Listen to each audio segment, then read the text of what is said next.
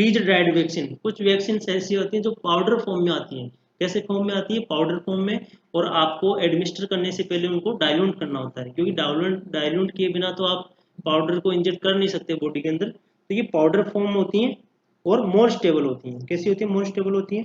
तो एग्जाम्पल देखें तो बीसीजी, मीजल्स और जापानीज एनसेफेलाइटिस, ये तीनों की तीनों किस फॉर्म में आती है? पाउडर फॉर्म में आती है। और पाउडर फॉर्म में आती है तो ऑब्वियसली आपको पता है कि इसमें डाइल्यूट यूज करना है। तो इनके रिगार्डिंग क्वेश्चन आते हैं कि कौन सी वैक्सीन के अंदर कौन सा डाइल्यूट यूज करना है। तो आपके सामने है कि बीसीजी के अंदर कौन सा यूज करना है? Normal saline. ठीक है, ये क्वेश्चन काफी बार आ चुका है, काफी बार आ चुका है कि बीसीजी के अंदर कौन सा डाइल्यूट यूज करना है? Normal saline. और मिजल्स के लिए डिस्टिल वाटर, मिजल्स के लिए डिस्टिल वाटर। और जापानीज एनसेफेलाइटिस के अंदर कौन सा यूज करेंगे? Phosphate buffer. कौन सा? Phosphate buffer. ये इमेज आपके सामने यहाँ पे, ये बीसीजी का है वैक्सीन और ये है नॉर्मल सेलाइन, नॉर्मल सेलाइन है। इसको इसमें डाइल्यूट करेंगे। ठीक है, इधर आपके सामने ये मिजल्स का है, मिजल्स के साथ ये वाटर है, डिस्टिल वाटर। ठीक है, देखो मिजल्स के अपन एम लिखते हैं तो इधर डब्ल्यू है नीचे, ये डब्ल्यू भी यदि आप इसको उल्टा करेंगे तो एम जैसा हो जाएगा। तो मिजल्स के अंदर क्या यूज करते हैं? वाटर। इस तरह से याद रखना, मिजल्स के अंदर आप डिस्टिल वाटर यूज करते हैं और बीसीजी के अंदर नॉर्मल सेलाइन और जापानीज एनसेफेलाइटिस के अंदर फॉस्फेट बफर। ये तीनों मोस्ट इंपोर्टेंट रहने वाले हैं एग्जाम के लिए। नेक्स्ट बात करें रोल, क्या रोल है एल्यूमिनियम हाइड्रोक्साइड का डीपीटी के अंदर? एल्यूमिनियम हाइड्रोक्साइड का डीपीटी के अंदर क्या रोल है? ये क्वेश्चन आता है। क्या रोल है? ये एक एडजुवेंट है जो कि क्या करेगा? इसकी एंटीजेनेसिटी को बढ़ाएगा। एंटीजेनेसिटी को क्या कर रहा है? इंक्रीज। तो एंटीजेनेसिटी प्रॉपर्टी है डीपीटी की। इसके अंदर डीपीटी के अंदर एल्यूमिनियम हाइड्रोक्साइड होता है। डीपीटी के अंदर जो एल्यूमिनियम हाइड्रोक्साइड है, एल्यूमिनियम हाइड्रोक्साइड, तो एल्यूमिनियम हाइड्रोक्साइड ये एक एडजुवेंट की तरह कार्य करता है जो कि एंटीजेनिसिटी को बढ़ाता है। नेक्स्ट है थायोमर्सल यूज करते हैं डीपीटी के अंदर। ये क्या है? प्रिजर्वेटिव है। क्या है? एक प्रिजर्वेटिव की तरह कार्य करता है। नेक्स्ट बात करें, इस पे क्वेश्चन आ चुका है एग्जाम में कि जो MgCl2 होता है, ठीक है, ओपीवी के अंदर, ये क्या है? एक स्टेबलाइजर है। क्या है ये? स्टेबलाइजर। ओपीवी के अंदर होता है मैग्नीशियम क्लोराइड, MgCl2। तो MgCl2 ओपीवी के अंदर किस तरह कार्य करता है? तो आपका राइट आंसर क्या जाएगा? स्टेबलाइजर की तरह। MgCl2 किस तरह कार्य करता है? स्टेबलाइजर की तरह, इसलिए लिखा हुआ है यहाँ पे थर्मो स्टेबलाइजिंग एजेंट। तो स्टेबलाइजर की तरह कार्य करता है ओपीवी के अंदर MgCl2। तो ये इनका ये रोल होता है कि एडजुवेंट क्या है, इनके रिगार्डिंग क्वेश्चंस आ चुके हैं। नेक्स्ट बात करें ओपन वाइल पॉलिसी। ये क्वेश्चन आया था आपके जो RUHS MSc एंट्रेंस का एग्जाम लगा उसके अंदर, ये एग्जाम क्वेश्चन पूछा गया कि ओपन वाइल पॉलिसी के अंदर कौन सी वैक्सीन आती है। ठीक है, ओपन वाइल पॉलिसी के अंदर कौन सी वैक्सीन आती है, कौन सी नहीं आती है, ये आपको पढ़ना है। तो open while policy, open while policy मतलब आपने वैक्सीन का ढक्कन खोल दिया, उसको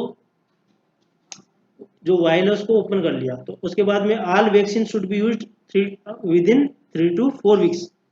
जितनी भी वैक्सीन मान लो आपने ओपन कर दी, एक बार ओपन करने के बाद में कितने समय तक यूज कर सकते हैं? तो 3 to 4 weeks, it means 1 month. एक महीने में कितना होता है? 3 to 4 वीक्स मतलब 1 मंथ।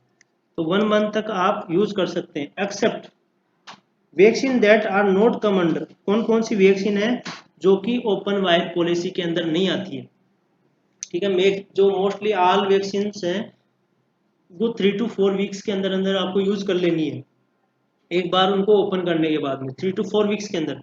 बट कुछ वैक्सीन है जो कि ओपन वाइल पॉलिसी के अंदर नहीं आती है, वो आपको मोस्ट ध्यान देना है। एक तो BCG, बेसिलस कालमेटिक यूरिन, इसको 4 आवर्स के अंदर यूज कर लेना है।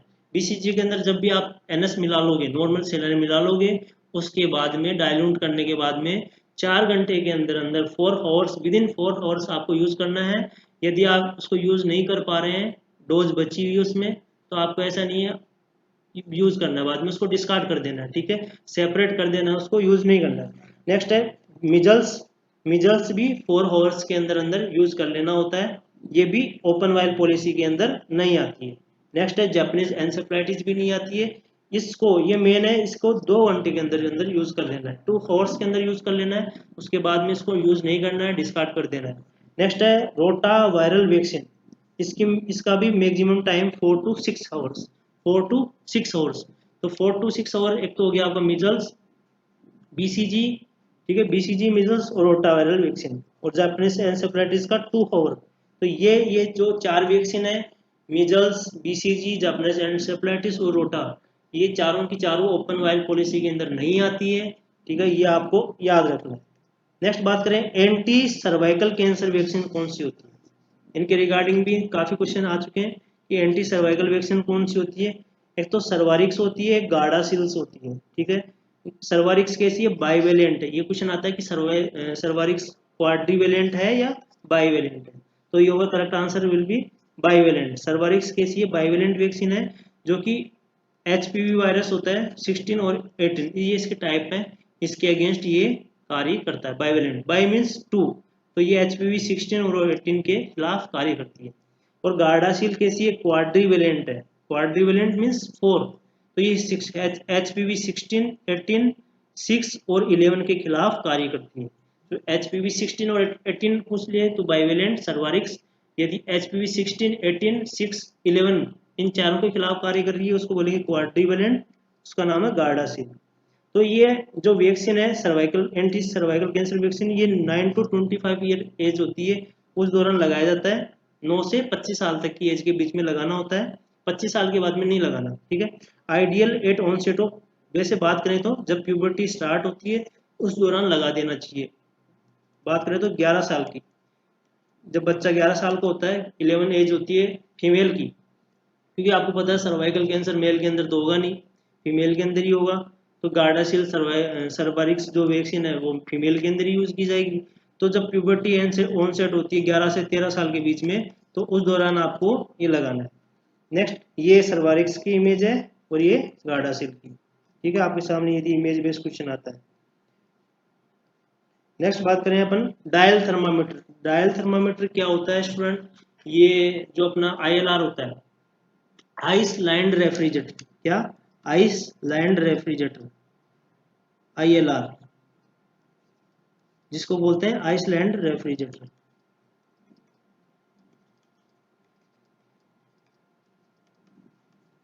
ये कोल्ड चेन के अंदर काम में लिया जाता है आइस लैंड रेफ्रिजरेटर, ताकि आपकी जो वैक्सीन हैं उनको, जहाँ मैन्युफैक्चरिंग साइट है जहाँ पे बनती है वैक्सीन, वहाँ से जहाँ पे आपको वैक्सीन एडमिनिस्ट्रेशन करना है, तो वैक्सीन मैन्युफैक्चर साइट से आपको जहाँ पे लगाना है वहाँ से उसको ट्रांसपोर्ट करते समय यदि उसका जो टेम्परेचर वो ख़राब हो जाएगा तो डिस्कार्ड हो सकती है, वैक्सीन ख़राब हो सकती है। तो आपको ये कोल्ड चेन मेंटेन करके रखना होता है। तो वो कोल्ड चेन किसके थ्रू मेंटेन करके रखोगे, आइसलैंड रेफ्रिजरेटर, आईएलआर। तो आईएलआर के अंदर जो टेम्परेचर है उसको मॉनिटर करने के लिए अपन एक थर्मामीटर यूज़ करते हैं जिसका नाम है डायल थर्मामीटर। डायल थर्मामीटर इसलिए बोला क्योंकि एक राउंड होता है, कैसा शेप में, ये राउंड शेप में, देखो इधर ये राउंड शेप में। तो use for cold chain monitoring के लिए यूज किया जाता है, और डन ट्वाइस ए डे, दिन में 2 बार इसको चेक करना चाहिए, और ये थर्मोकपल पे आधार होता है, ठीक है। नेक्स्ट आपके सामने क्वेश्चन आता है वीवीएम का, ये सामने आपकी इमेज दिया हुआ है वीवीएम का। वीवीएम, वैक्सीन वाइल मॉनिटरिंग, ये किसके लिए यूज करते हैं अपन, ओपीवी के लिए, ठीक है। वैक्सीन वाइल मॉनिटरिंग ये किसके लिए यूज किया जाता है, ओपीवी के लिए अपन यूज करते हैं। तो आपके सामने इसके अंदर 2 कंडीशन, इसके आपके सामने 2 चीज आती है, एक तो सर्किल होता है चारों तरफ, बीच में एक स्क्वायर होता है। तो ये क्वेश्चन आ चुका है कि बीच में जो स्क्वायर होता है इसके अंदर ये कौन सा कलर का होता है, व्हाइट कलर का होता है। कैसा, इसका कलर कैसा होता है, व्हाइट, स्क्वायर का जो स्क्वायर है इसका कलर कैसा होता है, व्हाइट। और जो सर्कल है बाहर की तरफ, सर्कल, सर्कल का कैसा होता है, ब्लू, ठीक है। ये बेसिकली ये याद रखना आपको कि जो सर्कल का कलर कैसा होता है, ब्लू होता है, अंदर जो स्क्वायर होता है इसका व्हाइट होता है। यहाँ पे देखो ये व्हाइट है। यदि the central circle is, the central square is lighter than surrounding circle, जो चारों तरफ जो सर्कल है और बीच का जो स्क्वायर है, यदि ये स्क्वायर का रंग यदि हल्का है, बीच में जो स्क्वायर है यदि इसका रंग क्या है, हल्का है, लाइट है, किसके वजह, सराउंडिंग ये सर्किल के वजह, इट मीन्स आप इसको यूज कर सकते हैं। और यदि जो स्क्वायर है इसका यदि कलर आउटर सर्किल के सेम हो जाता है या फिर उससे डार्क हो जाता है तो इसी कंडीशन में आपको यूज नहीं करना है। तीन बोथ फर्स्ट जो आपके सामने की कंडीशन है, ये वाली और ये वाली, ये इसमें आप यूज कर सकते हैं। बट इधर वाली कंडीशन देखो, इसमें देखो सेम हो चुका है, जो आउटर सर्किल का कलर और जो इनर स्क्वायर है उसका कलर सेम हो चुका है, इसलिए आपको ये यूज नहीं करनी है। और यहाँ पे आप डार्क हो चुका है, अंदर का जो स्क्वायर है उसका कलर डार्क हो चुका है बाहर के वजह, आउटर सर्किल के वजह, तो ये भी यूज नहीं करना है। तो फर्स्ट इधर वाली इस साइड वाली यूज करनी है, इधर वाली यूज नहीं करनी, यही लिखा हुआ आपके सामने। तो वीवीएम आपको आई होप अच्छे से समझ में आया होगा। ये किसके लिए यूज करते हैं, ओपीवी के लिए। नेक्स्ट है कोल्ड चेन इन इंडिया।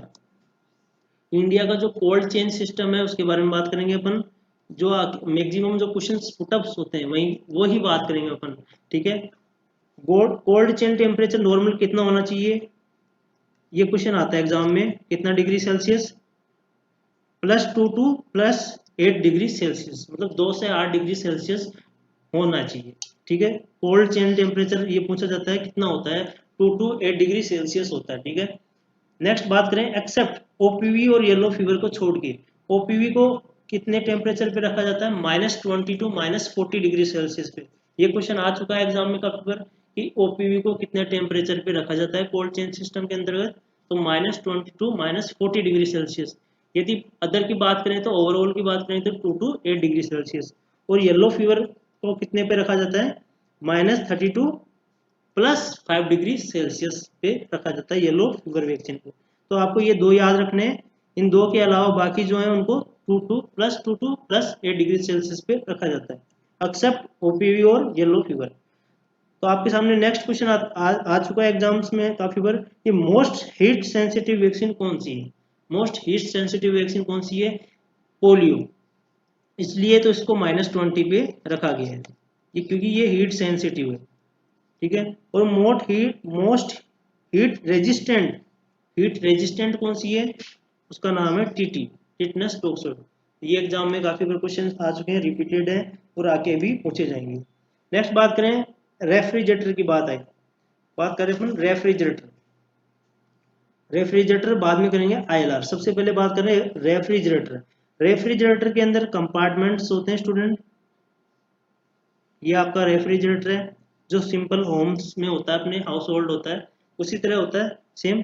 इसका इधर गेट होता है, ठीक है।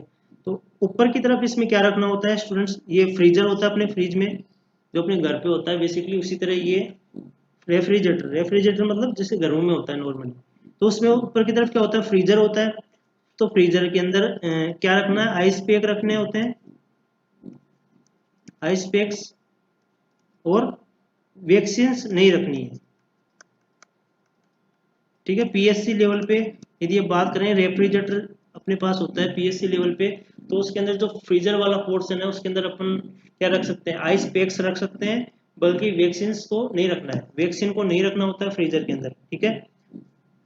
फिर बात करें इसके अंदर टॉप सेल्फ, ऊपर वाला जो सेल्फ रहेगा, ठीक है, टॉप सेल्फ की बात करें तो इसके अंदर क्या रखना है, पोलियो, मीजल्स और बीसीजी, पोलियो, मीजल्स और बीसीजी को रखना है टॉप सेल्फ। और बॉटम की बात करें तो नीचे वाले पार्ट में इसके अंदर, नीचे बॉटम वाले पार्ट के अंदर, तो बॉटम वाले पार्ट के अंदर क्या रखेंगे, डीपीटी और हेपेटाइटिस बी, डीपीटी और हेपेटाइटिस बी, ये रखना है अपने को बॉटम में नीचे रेफ्रिजरेटर में। और आईएलआर में ये जस्ट अपोजिट हो जाता है, आईएलआर में जो बॉटम में जो रखा है डीपीटी और हेपेटाइटिस बी, रेफ्रिजरेटर में जो बॉटम वाले पोर्शन में रखा है अपने डीपीटी और हेपेटाइटिस बी, ये आईएलआर में टॉप में रखना है, ठीक है। और रेफ्रिजरेटर में जो टॉप पे रखा हुआ है पोलियो, मिजल्स, बीसीजी, ये आईएलआर में बॉटम में रखेंगे, जस्ट अपोजिट है, ठीक है। रेफ्रिजरेटर के जस्ट अपोजिट होता है आईएलआर, ठीक है। तो डोर, ये बचा डोर, डोर वाला पार्ट होता है अपने रेफ्रिजरेटर में, तो उसमें क्या रखना है, वाटर फिल्ड बोटल्स रखनी होती है ताकि कूल इफेक्ट हो। इफ यदि पावर नहीं है, लाइट नहीं आ रही है, उस समय कूल इफेक्ट्स देने के लिए, वैक्सीन को कूलिंग इफेक्ट देने के लिए वाटर फील्ड बॉटल्स रखनी होती है। डायल्यूट्स आप कहीं पे भी रख सकते हैं, ठीक है। डायल्यूट्स का जो टेम्परेचर होता है 2 to 8 डिग्री सेल्सियस पे रखा जाता है। क्लियर है। नेक्स्ट बात करें अपन ILR की। ILR या डीप फ्रीजर इसको बोल सकते हैं। तो अपन ने बात की थी कि जो बॉटम में रेफ्रिजरेटर में जो वैक्सीन आप बॉटम में रख रहे थे वो ILR में आपको टॉप में रखना है, जैसे कि डीपीटी को टॉप में रखना है। और बॉटम में क्या रखना है, बॉटम में ILR बॉटम वाला पार्ट होता है, ILR के अंदर ये कूल होता है, ये वाला पार्ट, ये बॉटम पार्ट है। तो इसके अंदर पोलियो रखना है, देखो यहाँ पे लिखा हुआ है पोलियो, मिजल्स और BCG। तो पोलियो, मिजल्स, BCG ये बॉटम वाले पार्ट में हो गया, ठीक है। और ऊपर वाले पार्ट में DPT, हेपेटाइटिस बी ये रखना है टॉप वाले पार्ट, ठीक है। इस इमेज से भी आप समझ सकते हैं।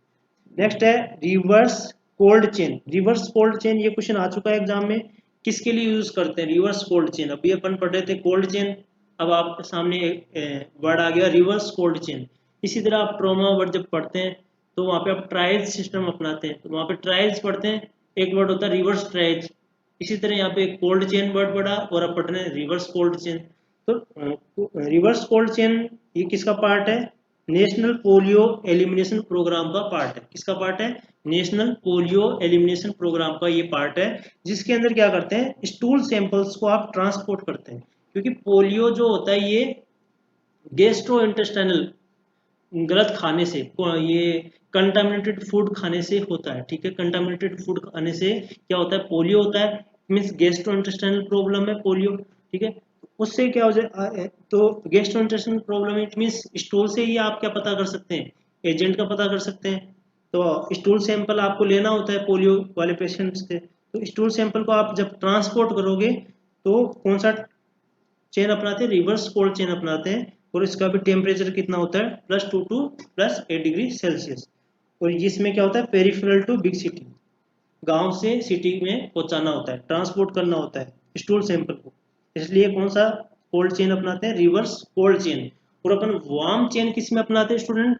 जब बच्चा, जब प्री मेच्योर बेबी होता है तो उसको अच्छे से रखने के लिए, हाइपोथर्मिया से प्रिवेंट करने के लिए अपन क्या अपनाते हैं? वार्म चेन अपनाते हैं। वो किसके अंदर पढ़ते हैं? अपन पीडियाट्रिक के अंदर पढ़ते हैं वार्म चेन।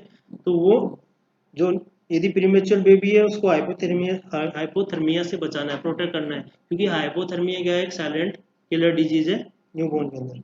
नेक्स्ट बात करें एडवर्स इवेंट्स फॉलोइंग इम्यूनाइजेशन। ये क्वेश्चन आ चुका है, AEFI की फुल फॉर्म पूछी जा चुकी है एग्जाम में कि AEFI की फुल फॉर्म क्या होती है।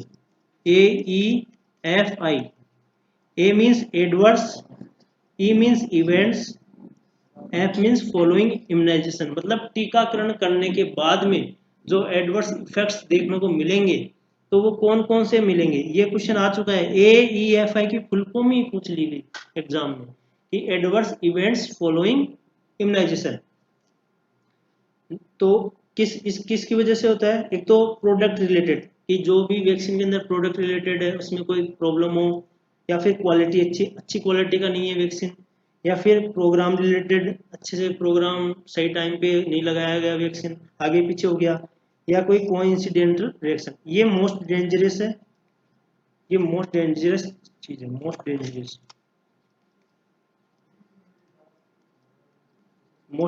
है। और इसका मोस्ट कॉमन कॉज क्या है? एंजाइटी रिलेटेड होता है ये एंजाइटी की वजह से देखने को मिलता है कोइंसिडेंटल रिएक्शन, ये एंजाइटी की वजह से होती है, ठीक है। और ये मोस्ट डेंजरस पार्ट है कि आप प्रोग्राम रिलेटेड यदि उसके अंदर एडवर्स इवेंट्स देखने को मिलते हैं।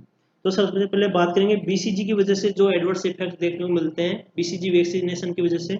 तो वो होता है, एक तो मोस्ट कॉमन है, क्वेश्चन पूछा जा सकता है, लिम्फ एडिनाइटिस। लिम्फ एडिनाइटिस, जो आपके लिम्फ नोड्स होते हैं, आपके जो आर्मपिट है यहाँ पे, तो इस पार्ट में लिम्फ के अंदर सूजन आ जाती है।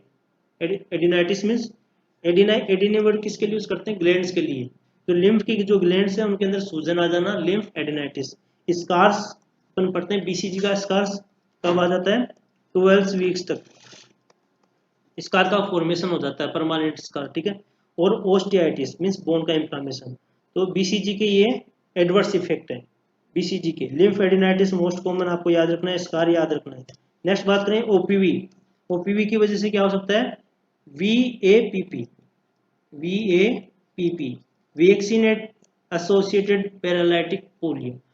वैक्सीन पोलियो की वजह से यदि पेशेंट के अंदर पैरालाइसिस कंडीशन हो जाए तो उसको बोलेंगे वैक्सीन एसोसिएटेड पैरालाइटिक पोलियो। तो ये देखने को मिलता है ओपीवी की वजह से।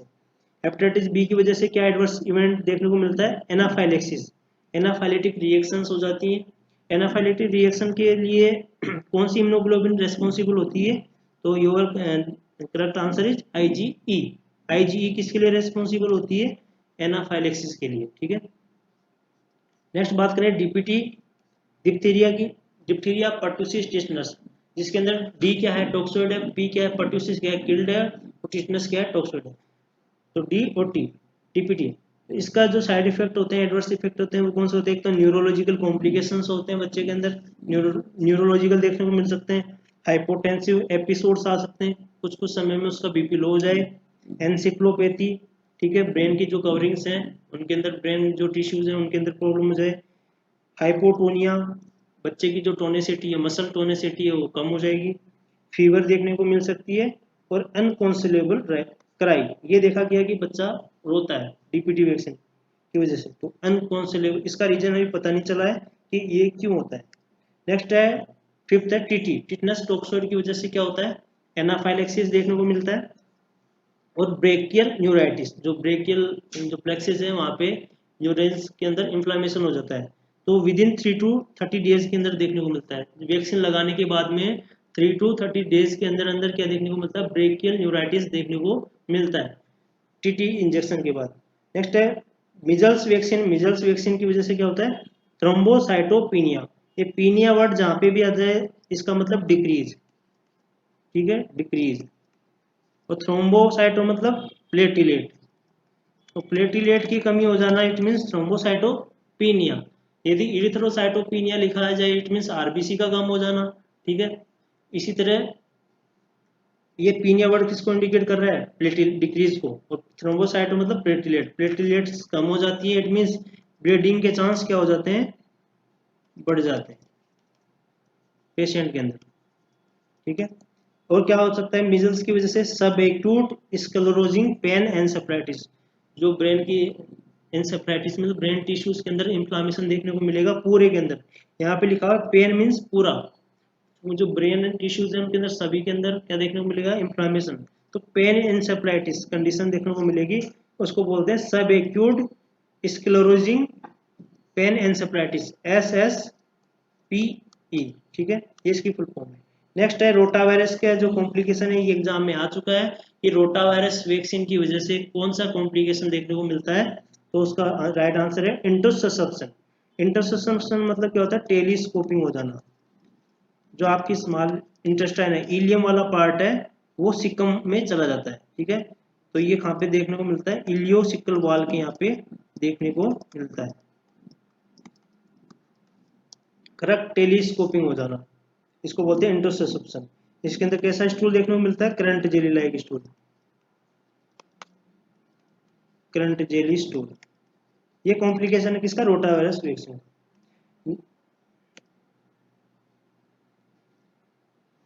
सो आई होप कि आपके मैक्सिमम क्वेश्चंस इससे कवर हो जाएंगे। Thanks for watching.